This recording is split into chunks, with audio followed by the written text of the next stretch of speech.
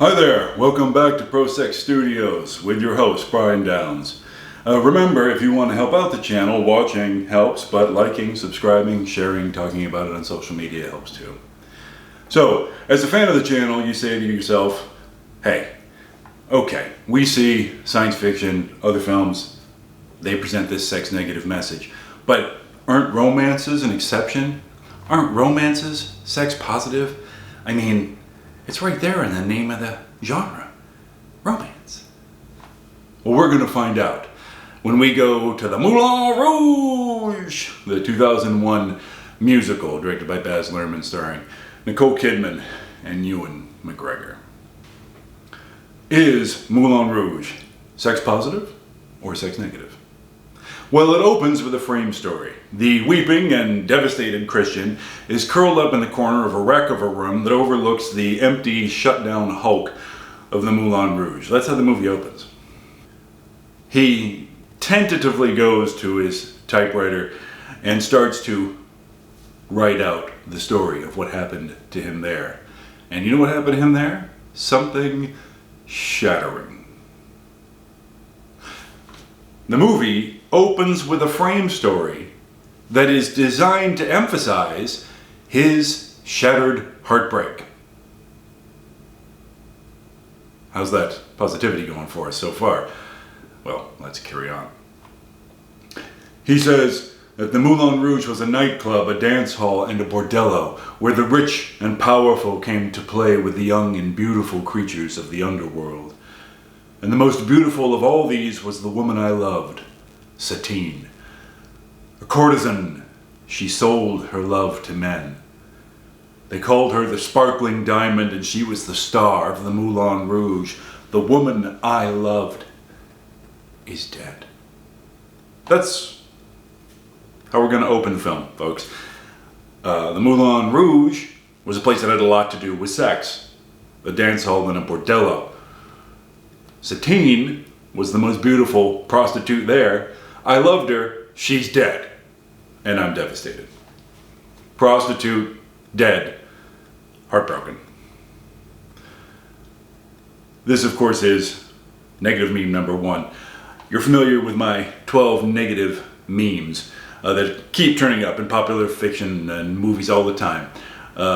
Designed to condition you to be really uncomfortable about your own sex life and the whole subject in general. And negative meme number one is the wanting disaster. Having sex, being interested in sex, pursuing sex is followed by some kind of catastrophe. Sometimes it's a direct causal relationship, and sometimes it's not a literal direct causal relationship, but the catastrophe follows anyway. It's also your problem is sex. Satine was a prostitute, now she's dead, and the movie implies that these two things are related. What was Satine's problem? Sex was a big part of her life. She was a sex worker. So now we flash back to the main narrative. I first came to Paris 1 year ago. It was 1899, the summer of love. Notice when he first arrives and everything's rosy, it's the summer of love. Love. When we turn to the subject of sex is when everything goes to pieces. Christian is a young Englishman, and he's come to Paris because Paris is the center of the Bohemian Revolution. It's a major cultural and artistic center, and he has ambitions as a writer, and he wants to be a part of it. He quickly makes friends, especially Toulouse-Lautrec, played by John Leguizamo. Toulouse-Lautrec is very short. He described himself as a dwarf. He's a painter. He's a child of the revolution, and you won't fool him. And he's based on an actual historical figure whose name was Toulouse-Lautrec and who was also under 5 feet tall. And Toulouse-Lautrec, the historical figure, was involved with the Moulin Rouge, which was a real nightclub in Paris around the turn of the 20th century. And Toulouse-Lautrec was a famous artist, and he created a lot of famous promotional posters for the Moulin Rouge, and he painted and created a number of images set inside the nightclub. This is important. Toulouse-Lautrec was under 5 feet tall because he was from an inbred aristocratic French family. His parents were first cousins. His shortness was a genetic defect created by the weird and unnatural sex that created him. The historical Toulouse-Lautrec was an alcoholic who was pretty dysfunctional. He spent a lot of time in a bordello, and he would die of some combination of alcoholism and syphilis in 1901. The historical Toulouse-Lautrec dies of syphilis and alcoholism. Syphilis is a sexually transmitted disease. He dies of this disease only a year, maybe two, after the events of this story. Syphilis, of course, being a sexually transmitted disease that inflicts degenerative neurological damage on the sufferer and also often causes parts of their face to fall off, or did in this time period. Modern medicine, antibiotics and so on, make it much less of a problem if it's treated early. But this character is Christian's guide into the world of the Moulin Rouge. Christian will meet Toulouse-Lautrec, and it's Toulouse who will lead him into the Moulin Rouge. And in fact, Toulouse opens the film. During this frame story, we see Toulouse painted white like a ghost, singing, "There was a boy, a very strange, enchanted boy." Toulouse-Lautrec, or his ghost, maybe, is Virgil to Christian's Dante, and Toulouse-Lautrec is dying of syphilis, right? At this point, in the year 1900, Toulouse-Lautrec has already got the sexually transmitted disease that it's going to turn his brain to mush and kill him. Sex is what's wrong with you. Danger is sex, the wanting disaster. It is Toulouse-Lautrec, the singing ghost, who will deliver the tagline of the whole film: "The greatest thing you'll ever learn is just to love and be loved in return." But of course it's what loving is not what worked out for Toulouse-Lautrec. What he got in return was syphilis. So that again is negative meme number one, the wanting disaster. Toulouse-Lautrec's life goes like this because he was interested in sex. Toulouse recruits Christian into Spectacular, a large-scale musical theatrical extravaganza and part of the Bohemian Revolution that Toulouse and some other people are trying to put together, but what they need is a venue and a financial backer. So off they go to the Moulin Rouge to find both. And there they see Satine's breathtaking floor show, and Christian is instantly smitten with her. You know, he's obviously stunned and just dazzled by her sexuality, by the way. He doesn't get to sit and talk to her about her hopes and dreams. He sees her swinging off a trapeze in a short skirt. What he falls in love with is her sexuality, and this is all going to go very, very wrong. Again, the wanting disaster. And sex is what's wrong with you. Sex is your problem is sex, which is one of the negative memes. In the "your problem is sex" meme, a protagonist who wants sex or is interested in sex or pursues sex is portrayed as being wrong for it. That is his character flaw, or her character flaw. That interest in sex is what's wrong with them. But that same night, the Duke is in the audience. Harold Zidler, played by Jim Broadbent, owns and manages the Moulin Rouge and is Satine's manager / pimp. And he and Satine want to transform the Moulin Rouge into a theater, so that they will be a real theater with a real audience, and she'll be a real actress. They say this to each other during this floor show, by the way, in a moment when they're not directly in the audience's point of view, which is ridiculous, by the way. You're in the middle of an elaborate song and dance number. There's 30 performers out there. A Martian could have beamed down and swung from the chandelier. No one would notice because everyone's staring at you. Rich men are elbowing each other out of the way for 5 minutes of your attention. You're the star of one of the best known venues in Paris, then as now a major center for theater and culture and cultural influence in Europe and the world, but you're not a real actress? Why not? But anyway, they want to transform the Moulin Rouge, and what they need is a financial backer, and the Duke has the finances, so they figure as long as Satine goes to bed with him, which is her job, she's a courtesan, then he will be interested in plowing a lot of money into her. Satine's dazzling performance in the floor show, of course, is cut short at the last moment when she collapses, gasping, and faints. You see, Satine has tuberculosis. and this will kill her. In 1900, of course, tuberculosis was very nearly a death sentence. She's already dying. Sexy Satine is already rotting from within, her breath stolen from her by this disease. By the way, do you know how you get tuberculosis? Close contact. Do you know what's a good way to catch tuberculosis? Having a sexual relationship with someone who has tuberculosis. The movie doesn't really talk about that. But Christian's sexual relationship with Satine puts him right in the danger zone for dying of tuberculosis himself. If he does have a sexual relationship with her. We're going to talk about that more. But this, of course, is my negative meme. Danger is sex. Satine's life as a courtesan has caused her to contract tuberculosis, and she risks infecting others with it, especially her clients, her sex work clients. Through a series of comic misunderstandings, Satine mistakes Christian for the Duke. And so Christian winds up in a private meeting with her in her apartment, where she is dressed in a very, very sexy way. Christian thinks he's there to audition as a writer, to read his poetry in hopes that Satine will then say, yes, you ought to write spectacular, we should put on that show. Satine thinks that she's there to seduce the Duke, to get him to bankroll a big show at the Moulin Rouge. So I want to emphasize again that Christian is falling in love with Satine under very highly sexualized conditions. Satine is coming on to him at full throttle. And this is played for awkward laughs. Satine jumps on Christian in her room, and he literally crawls away and goes to the other side of the room and is embarrassed. Well, this is Serious People Don't Sex. Negative meme number 4. Heroes, protagonists shouldn't have sex lives. If they do, of course, it's your problem is sex. So the sexuality between them is played for awkward laughs. Christian is put off by it. It's only when Christian starts breaking into song, because it's a musical, that Satine drops that and starts to react to him honestly, and Christian starts singing about love.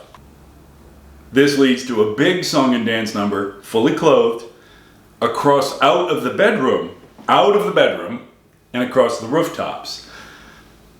Out of the bedroom. The more sincere Christian gets, the less sex there is, right? The more Satine cares for him, the less the sex is emphasized. But it's only when Satine is falling for Christian that she realizes, oh my goodness, you're not the Duke, there's been a huge misunderstanding here. And then the Duke shows up looking for his appointment with the prostitute, so the Duke is expecting to have sex. So Satine now has to hide Christian in the room and pretend that she and the Duke are alone. And this again is played for awkward laughs, that Satine starts coming on to the Duke in this big ham-handed way. Not sexy. Played for awkward laughs. In fact, that Satine shouldn't have sex with the Duke is going to be a major theme of the rest of the movie. Right? If Satine manages not to have sex with the Duke, that will be her victory. No sex. So by the end of this scene, the Duke has been convinced to invest. Christian will be the writer. Toulouse and the gang are all part of the creative team. Everybody's thrilled. And by 52 minutes into the film, Christian and Satine are firmly in love with the help of a second big romantic duet across the rooftops. And a passionate kiss, so we do get that. They do kiss passionately like lovers. We do get that. Interestingly, Christian will never use a word for Satine that implies that they have a sexual relationship. Christian will never say that Satine is my lover or my girlfriend or my romantic partner or my fiance, neither to Satine nor to anyone else. Same thing, Satine doesn't use any word for Christian to imply a sexual relationship. She doesn't say he's my lover, he's my boyfriend, he's my bang buddy, he's my friends with benefits. Never. There's one exception to this. One exception, and we're going to talk about that later.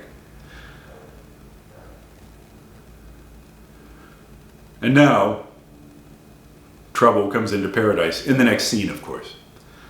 If the Duke is going to pay for the renovations to the Moulin Rouge and back spectacular, he will require a contract where the deeds to the Moulin Rouge will be signed over to him.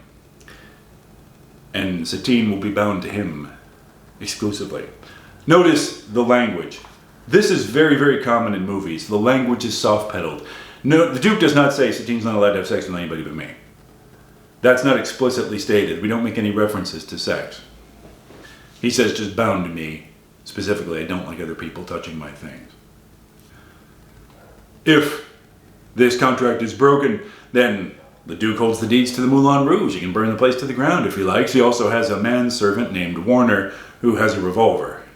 So, look out for that. But Christian and Satine are in love. We will see them passionately kiss at the end of that one song. Don't see a lot more. We never see them actually have sex, and they never directly refer to lovemaking between them, right? When we were making love last night. There's nothing like that. There's no dialogue like that. We see a few fully clothed kisses and embraces. There's one moment we will see them nude and cuddling, but wrapped strategically in a sheet so you can't, you can preserve your PG-13, wrapped in the PG-13 sheets. In front of an open window, which is an odd choice for a couple who are trying to keep their relationship a secret. It's only a few minutes of screen time later when Ziedler realizes that Satine and Christian are having this relationship because they keep making out in dark corners, and Ziedler says, "Are you mad? The Duke can destroy everything. Go to Christian and tell him it's over. This isn't happening. This is crazy. The Duke is expecting you for supper." Supper meaning sex in the Gothic Tower. Why does the Moulin Rouge have a Gothic Tower? So the Duke can be in it, like Darth Vader in the Death Star, being evil. But Satine will miss both of those appointments because she'll have a consumptive attack, and it's this episode of illness that will finally reveal to Ziedler that Satine is dying of tuberculosis, although Ziedler will not tell Satine, and neither will the doctor, but hey, it's 1900, so people had different ideas about this. Ziedler won't tell Satine because the show must go on, which is a little bit ridiculous. If she's dying of tuberculosis, that's probably going to interfere with her ability to perform in singing and dancing extravaganzas that require a lot of physical energy and fitness. Now, Satine goes the next day to Christian and says, "We have to end our relationship." Not because the Duke holds the deeds and can pull the plug on the whole show and the whole venue, but because on opening night I have to sleep with the Duke, and the jealousy will drive you mad. Both the Duke, and this is interesting, both the Duke and Christian are profoundly sexually jealous of Satine. They're both driven pretty crazy by the idea that she might have sex with the other one. She was a hooker the night you met her?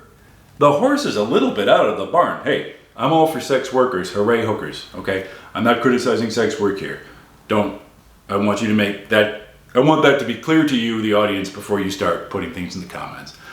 But the horse is out of the barn. Sexual jealousy of a prostitute is pretty nuts.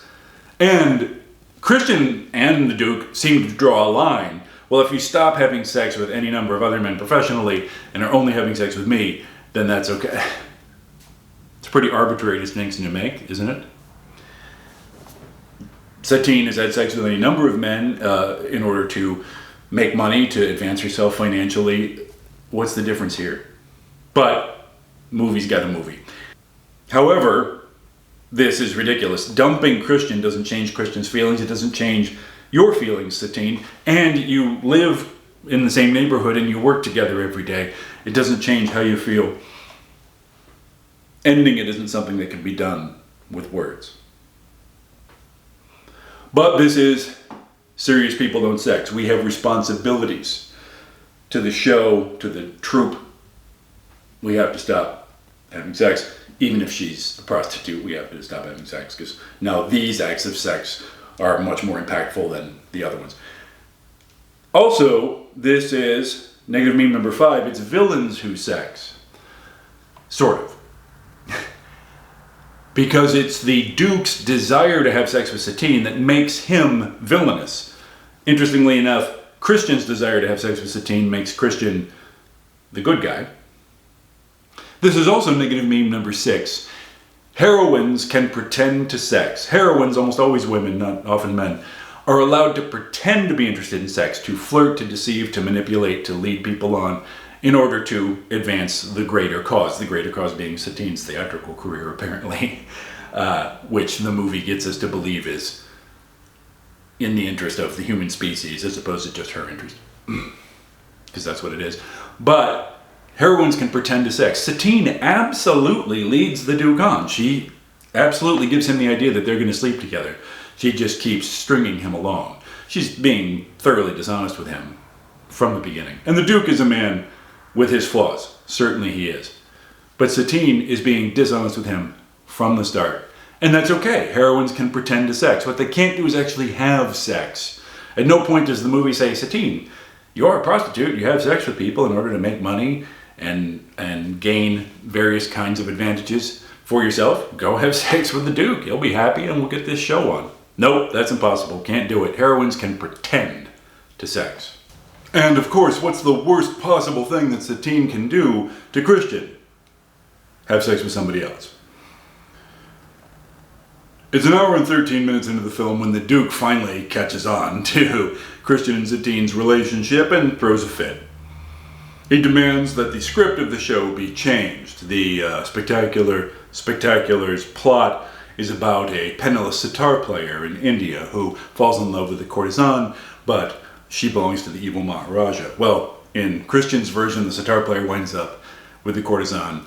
In the Duke's version, the Maharaja does. The Duke demands that the script be changed to his ending, and Satine has to go have sex with him to make him feel better. In the Gothic Tower. In the big evil penis. Christian is profoundly unhappy because love, of course, is sexual possession. But at the last moment, and this, by the way, is the Tango de Roxanne musical number, which is terrific. But at the last moment, the reluctant Satine looks down from the tower and sees Christian in the courtyard below. She can't do it. She just can't. She won't. She rejects the Duke's sexual advances. Very nearly gets raped, but at the last moment, Le Chocolat, played by Diobia Opare, appears very suddenly and knocks the Duke out. Wait, why was that guy in the room or even this building? That's weird. And why would you give this rescue to a minor supporting character who has very few lines? Anyway, they do. Satine is rescued. Satine rushes to Christian and says, I couldn't do it. Christian says, let's leave tonight. Forget the show. We'll go. Right now. We'll leave. I love you. Although, again, the idea that Christian and Satine has a sexual relationship is only ever kind of glanced at or implied. So we're trying to keep their sexual relationship as much off stage as possible. The Duke is very unhappy at having had his rape interrupted and been conked in the head. So he tells Ziedler that the show will go on. Satine will come to his bed right afterward. The courtesan will wind up with the Maharaja in the script. Or I will have Christian killed. Ziedler goes to Satine and tells her this. Also, he lets her know she's dying of tuberculosis. So if she wants to save Christian, go and tell him it's over. Go and break up with him, send him away. This will save him, and then we'll go on with the show. Why the news that she has tuberculosis should make Satine want to stay doesn't make any sense to me. If you're dying of tuberculosis, then you're probably not going to have a big stage career. Might as well run away with Christian, in my view. But she decides to stay. She goes and she tells Christian, no, the Duke and I have had a conversation. He's offered me riches, everything I ever wanted. You should get out of here. Christian believes her. And then it's Toulouse, that little syphilitic specter of death, who comes in and says, no, I'm sure she's in love with you. There's something else happening here. Which convinces Christian to go to the Moulin Rouge on the night of the big production. This winds up with Christian on stage, with Satine confronting her. Sort of taking part in the play, improvising the play in the part of the sitar player. And this is where Christian uses a word to refer to Satine that implies a sexual relationship. He throws her down. She's lying there at his feet. He tosses money at her. He looks out into the audience. The Duke is sitting out there. He looks at the Duke. He says, "This woman is yours now. I have paid my whore." The only time Christian uses a word to refer to Satine that implies a sexual relationship is when he calls her a whore. When he's angry at her. When he believes he's been betrayed and abandoned. Doesn't say, at no point does he ever say girlfriend, lover, anything like that. It's whore. Sex is bad. We're going to refer to sex directly only when we're angry. Only in the moment of greatest heartbreak and dysfunction. Meanwhile, of course, Werner, the Duke's enforcer, is stalking Christian, revolver in hand. But luckily enough, true love shines through. All the Bohemians get together on stage to give the Duke the big bird in tandem. Beauty, freedom, truth, and love. And Christian avoids being murdered. Then what happens? Satine dies in his arms. Dies of tuberculosis. Which is a little bit silly, by the way. People dying of tuberculosis would go through months of waning health. We've seen Satine waver a couple of times and then die. But the idea that someone who's about to die of tuberculosis would be physically capable of a song and dance spectacular is absolute nonsense, but hey, we'll let that go. So let's review what's happened in this film. We start with the frame story. The Moulin Rouge is empty. Christian saying, "I love Satine, she was a hooker, she's dead. Love, hooker, sex, dead. I am heartbroken, I am shattered, I've finished writing the story now." We don't know if that story will be successful. Will it be read? Will it be published? It's sort of implied that it's the script of this movie we're watching, except movies didn't exist in 1901. Certainly not in the way they did in 2001. Incidentally, the Moulin Rouge is closed. Ziedler, the dozens of people who depended on it for their livelihoods, we don't know what happened to them. They're all gone. Toulouse, who sings us out of the film, "There was a boy," again painted like a ghost. His historical doppelganger will be dead inside of 12 months or so of a sexually transmitted disease. No one is enjoying their sex life. Well, okay. Christian and Satine do enjoy their sex life together briefly. Satine doesn't enjoy her sex life with anyone else. In spite of being a prostitute, doesn't have a sex life with anyone else. Never does she say, "Oh, by the way, that guy there, Tom, he's one of my clients," right? No. We never meet anyone Satine has had sex with. Not that's made clear to us. Not even Ziedler, who's her manager and runs the Moulin Rouge. Ziedler has no sex life, by the way. I mean, the guy runs a bordello. There are dozens of prostitutes on his payroll. Doesn't have any wife, girlfriend, favorite hooker, nothing, nobody. Christian and Satine enjoy their sex life for a while, but this leads to danger, catastrophe, the end of the Moulin Rouge, and Satine dies. The wanting disaster. And Christian, at the end of the film, is left alone, utterly alone. He doesn't even have any friends. He's alone in that room with empty liquor bottles. And that's the Moulin Rouge.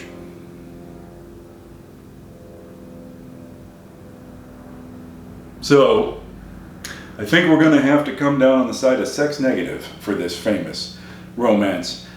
It very effectively makes you think, "Oh, isn't it wonderful, Christian and Satine?" No, it's tragic, is what it is. What do you think? Am I wrong on this? That's what the comments section is for. That's what... If you're in the mood to insult me, that's what comments are for. You can also agree with me. A lot of people don't realize that you can express your agreement in the YouTube's comment section. Like, subscribe. If this stuff is interesting to you, there's going to be another episode next week, and you can look at my existing videos. I did a whole series on the Marvel Cinematic Universe, a couple of other films, romances, and other kinds of things. Check it out. I appreciate you taking the time to watch this video. Come and see the next one.